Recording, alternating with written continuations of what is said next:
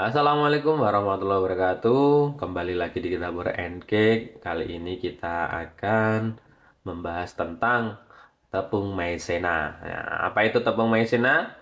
Tepung maizena itu eh, tepung yang terbuat dari pati jagung. Jadi ada proses penggilingan dan pemurnian dari pati jagung, dan proses tersebut menghasilkan tepung yang halus dan putih. Karena tidak mengandung gluten, tepung maizena sering digunakan sebagai pengganti tepung terigu dan resep-resep lainnya. Ya, biasanya orang yang memiliki alergi gluten atau tepung terigu biasanya menggunakan tepung maizena ini. Selain itu, tepung maizena juga sering digunakan sebagai pengental dalam saus, sup, atau kue karena punya untuk memberikan kekentalan yang halus dan transparan. Untuk fungsi lainnya, tepung maizena ini bisa untuk memperhalus tekstur cake. Jadi biasanya saya juga ada pencampuran tepung maizena di dalam eh, bahan kue ya.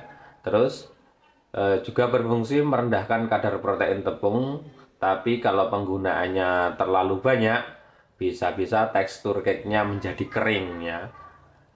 Bisa juga untuk sebagai pengental tadi saya pengental fla juga bisa, dan juga biasanya itu tepung maizena untuk kue kering itu juga digunakan. Ya.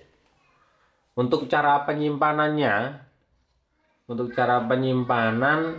cukup mudah sebenarnya untuk tepung maizena itu. Penyimpanannya di suhu yang sejuk, tidak terlalu kering. Kalau terlalu panas, kita bisa masukkan ke freezer. Tapi harus dimasukkan ke wadah yang tertutup. Dan tips yang lainnya yaitu berkaitan tentang tepung maizena. Tepung maizena kalau kalian ingin menggunakan, dilihat dulu tepung maizena tersebut dari expirednya tanggal berapa, dan kemasannya kira-kira sudah rusak atau belum. Dan kalau sudah rusak biasanya tuh sudah terkontaminasi dengan bahan-bahan lainnya, atau malah rusak di dalamnya ada hewannya.